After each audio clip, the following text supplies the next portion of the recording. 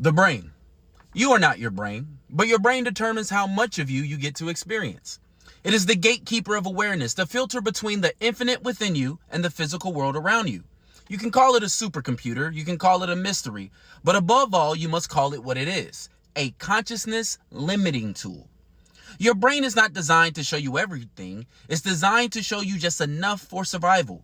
You see less than 1% of the electromagnetic spectrum. You hear less than 1% of all available sound. You are blind to most of existence, not because you are weak, but because your hardwire demands simplicity.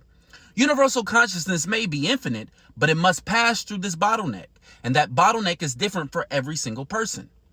All brains process information differently from one another. No two brains process information the same. Some struggle to translate the world into language, social cues, behavior. We call these people disabled.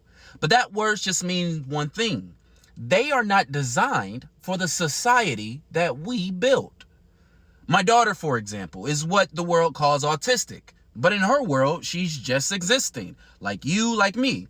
It is only when her internal reality clashes with our expectations that a label is created. And that label does not define her worth. It defines our failure to create a world that accommodates for more than one way of being.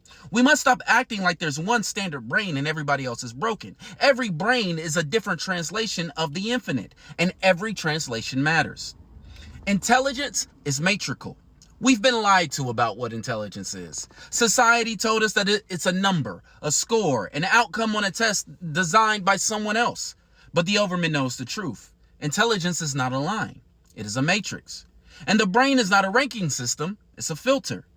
Scientifically, intelligence is the capacity to learn, adapt, reason, and solve problems. Intelligence is multidimensional, fluid, contextual, and expressed in many forms.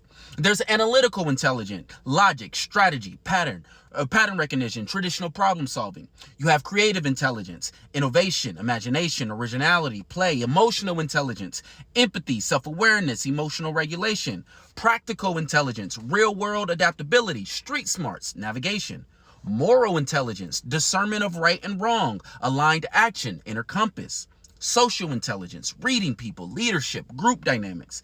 Embodied intelligence, muscle memory, physical mastery, performance. Intuitive intelligence, knowing without reasoning. Instinctive pattern recognition. And you know these things to be true.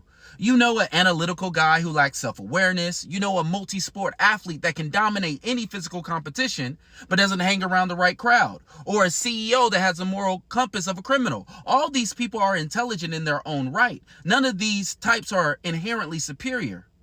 But society only rewards a few and labels the rest as slow, broken, or unworthy.